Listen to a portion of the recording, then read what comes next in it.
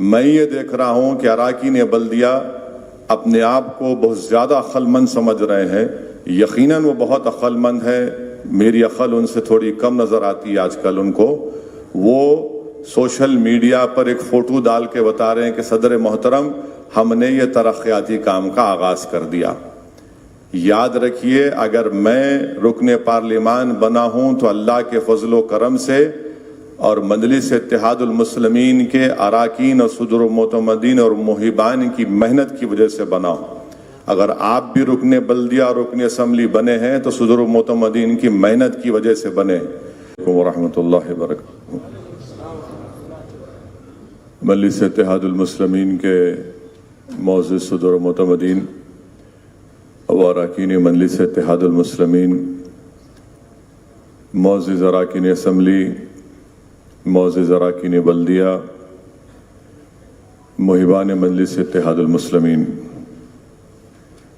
الحمدللہ یہ اللہ کا بڑا فضل و کرم ہے کہ 2 سال کے بعد آپ اور ہم تمام لوگ ماہ رمضان کے مبارک مہینے میں ہم سب نے،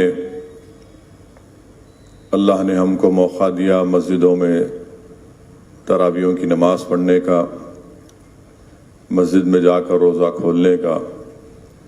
اور اسی طریقے سے 2 سال کے ایک لمبے عرصے کے بعد یوم القرآن کے جلسے بھی مکہ مسجد میں منعقد کیے گئے. یہ اللہ کا بڑا فضل و کرم ہے، اور ہم اس ماہ مبارک کے آخری دہے میں داخل ہو چکے ہیں، اور مجلس اتحاد المسلمین کی جانب سے جلسے یوم القرآن کا انعقاد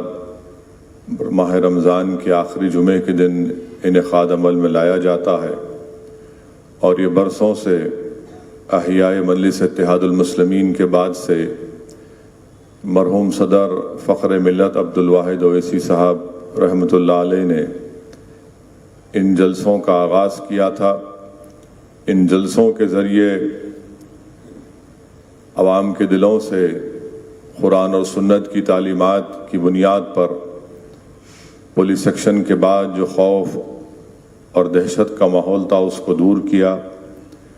مجلس اتحاد المسلمین ایک سیاسی جماعت کے چراغ کو روشن کیا، اور جمہوری طریقے سے ملک کے آئین کو استعمال کرتے ہوئے مجلس نے اپنے جدوجہد کا آغاز کیا. الحمدللہ آج بھی وہ جدوجہد جاری اور ساری ہے، اور انشاءاللہ تعالی صبح قیامت تک مجلس اتحاد المسلمین اپنے سیاسی سفر میں جدوجہد کے ساتھ، محنت کے ساتھ آگے بڑھتے رہے گی. میرے عزیز دوستوں اور بزرگوں، جمعۃ الوداع کے جلسے میں میری آپ تمام سے یہ گزارش ہے، کیونکہ ایک عوامی جلسہ نہیں ہے، مجلس کے صدور معتمدین کا ایک اجلاس ہے. میری آپ تمام سے گزارش ہے کہ اس جلسے میں شرکت بھی کریے، اور جو کچھ بھی آپ کو ذمہ داری دی جائے گی اس ذمہ داری کو نبھائیے. کیونکہ رمضان کے مبارک مہینے میں پہلے جمعے کے دن مجلس کا یوم القرآن کا جلسہ مکہ مسجد میں ہوا، پھر دوسرا جلسہ بھی ہوا، تیسرا جلسہ بھی ہوا. میں بار بار اس بات کو دہرا رہا ہوں کہ جہاں کہیں بھی مجلس کا جلسہ ہوتا ہے تو اراکین اسمبلی، صدور المعتمدین کو اور اراکین بلدیہ کو اس جلسے میں شرکت کرنی چاہیے. یہ ایک جماعت کا اصول ہے اور ایک جماعت کا ڈسپلن ہے، اور جماعت کی وابستگی کا بلکہ اس کے تقاضوں کا ایک مطالبہ ہم تمام سے کیا جاتا ہے. تو ان جو 2-3 جلسے جو یوم القرآن کے ہوئے، جس وارڈ میں جلسہ ہوا ہے وہاں کے ذمہ داران کو بھی شرکت کرنی چاہیے تھی، وہاں کے اراکین بلدیہ کو یا اس اسمبلی حلقے کے اراکین بلدیہ کو، رکن اسمبلی کو بھی شرکت کرنی چاہیے تھی. اس میں آپ نے شرکت نہیں کی.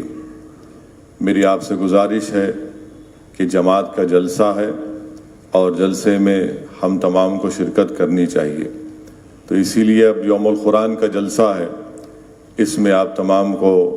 جو ذمہ داری دی گئی تاکہ پرامن طریقے سے جمعۃ الوداع گزر جائے اور مجلس کا جلسہ کامیابی کے ساتھ ہم اس کا انعقاد عمل میں لایا جا سکے۔ دوسری بات یہ ہے کہ ووٹر لسٹ کا کام چل رہا ہے، اور ووٹر لسٹ کے کام کے سلسلے میں خاص طور سے میں صدور معتمدین سے گزارش کروں گا کہ الیکشن کمیشن کی طرف سے جو BLOs آئیں گے آپ اس میں ان کے ساتھ رہیے، کیونکہ الیکشن کمیشن کی طرف سے یہ بتایا گیا ہے کہ شہر حیدرآباد اور سکندرآباد کے مختلف اسمبلی حلقہ جات میں ایک نام کے ساتھ جو تصویر ہوتی ہے وہ تصویر مختلف ووٹرز کے نام کے ساتھ شائع ہوئی ہے۔ تو الیکشن کمیشن یہ جاننے کی کوشش کر رہا ہے کہ کیا فوٹوز کو استعمال کیا گیا ہے نام کو مختلف جگہ پر رکھ کر۔ تو ہم نے مجلس اتحاد المسلمین نے جب 2 الیکشن کمیشن کی طرف سے اجلاس منعقد کیے گئے، ایک commissioner greater Hyderabad municipal corporation جو ڈسٹرکٹ الیکشن آفیسر ہیں، ضلع کے الیکشن آفیسر ہیں، ان کے سامنے، اور دوسرے جو ریاست تلنگانہ میں جو چیف الیکٹورل آفیسر ہے ان کے پاس جو میٹنگ ہوئی، اس میں ہم نے مجلس اتحاد المسلمین کی جانب سے ایک محضر بنا کر ریپرزنٹیشن بنا کر ان کو دیا، جس میں ہم نے یہ بتایا کہ یہ غلطی الیکشن کمیشن کی ہے، اور چھاپنے میں آپ نے ایک تصویر کو مختلف نام کے اوپر وہی تصویر چھاپ دی۔ ہم نے باضابطہ پروف کے ساتھ ہر اسمبلی حلقہ جات میں اس کو دیا، تو کسی حد تک الیکشن کمیشن اور district election chief electoral officer اور ڈسٹرکٹ الیکشن آفیسر نے اپنی غلطی کو مانا، مگر وہ لوگ اب BLOs کے ساتھ ان ووٹرز کے گھر پر جائیں گے جن کے نام کے ساتھ ایک تصویر چھپی ہے۔ تو میری آپ سے گزارش ہے کہ آپ ان کے ساتھ رہیے اور اس ووٹر کا آدھار کارڈ بتائیے، اس میں تصویر بھی ہوتی ہے، یا پھر ریشن کارڈ یا جو بھی ان کا ڈرائیونگ لائسنس ہوتا ہے، تاکہ ان کا ووٹ الیکشن کمیشن اپنے ووٹر لسٹ سے نہ کاٹے۔ تو مجلس کی طرف سے بھی یہ کام ہو رہا ہے۔ میں جناب سید مشتاق صاحب کو اس کی ذمہ داری دیا ہوں، وہ بھی آپ سے فرداً آپ کو اطلاع دیتے رہیں گے۔ میری آپ سے گزارش ہے کہ اس پر پورے حیدرآباد اور سکندرآباد میں توجہ لینے کی ضرورت ہے، تاکہ کسی بھی جینیون ووٹر کا نام ووٹر لسٹ سے نہ نکالا جائے۔ اور ہر سال دسمبر کے مہینے میں ووٹر لسٹ آتی ہے، اس کا جائزہ لیا جائے، اور پھر جنوری میں اور جنوری سے پہلے جو لوگ 18 سال کے ہو چکے ہیں ان کا فارم 6 کیا جاتا ہے۔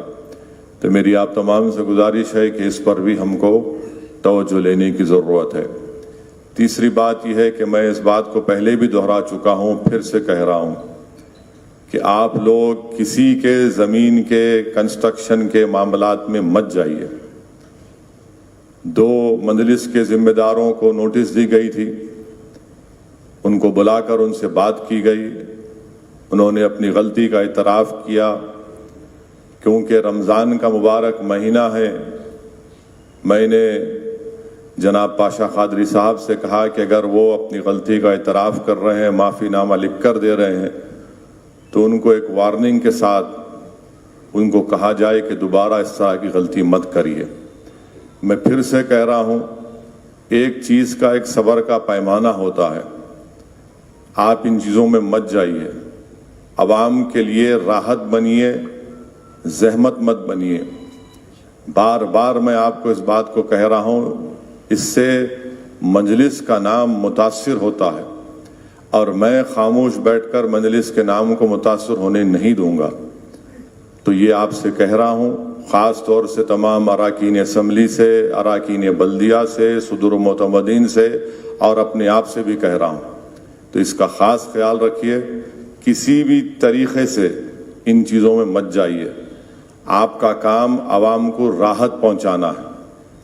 ہمارا کام اسپیڈ بریکر بن کے کسی کو تکلیف پہنچانا نہیں ہے،